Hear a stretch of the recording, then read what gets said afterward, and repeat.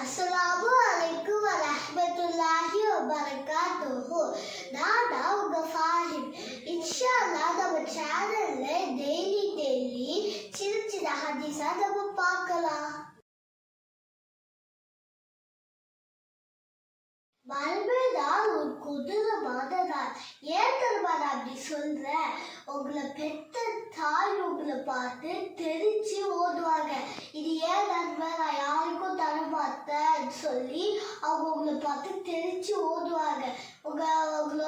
உங்களோட சகோதரி யாருமே உங்களுக்கு ஹெல்ப் பண்ண மாட்டாங்க.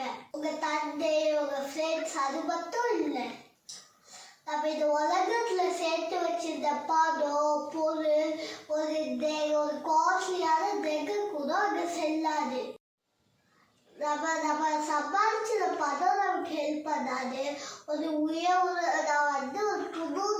ஒரு காஸ்ட்லியான திங்கு கூட அங்க நமக்கு ஹெல்ப் பண்ண முடியாது.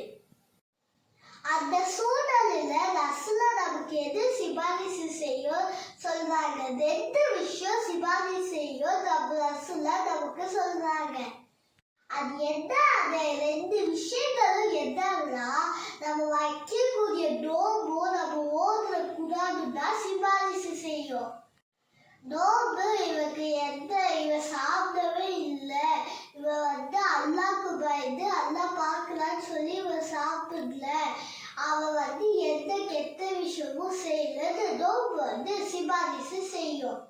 குரான் சொல்லும், இவன் நைட்டெல்லாம் இதை ஓதுனா இவன் என் கூட நிறைய டைம் ஸ்பெண்ட் பண்ணான் அப்படின்னு குரான் நமக்கு பரிந்துரை செய்யும்.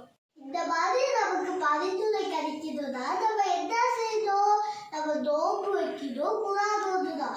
அதுக்கு நம்ம நோம்பு வச்சுட்டு நான் நல்ல விஷயம் எதுவுமே செய்ய மாட்டேன் சொல்லி நம்ம இருக்கக்கூடாது.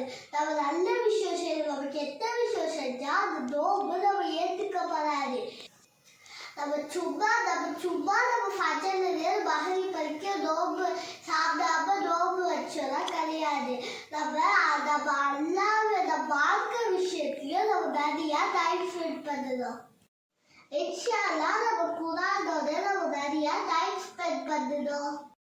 இன்ஷா அல்லாஹ் நம்ம எல்லாருக்கும் நோம்பும் குரானும் சிபாரிசு செய்யணும். என்னோட துஆவோட என்னோட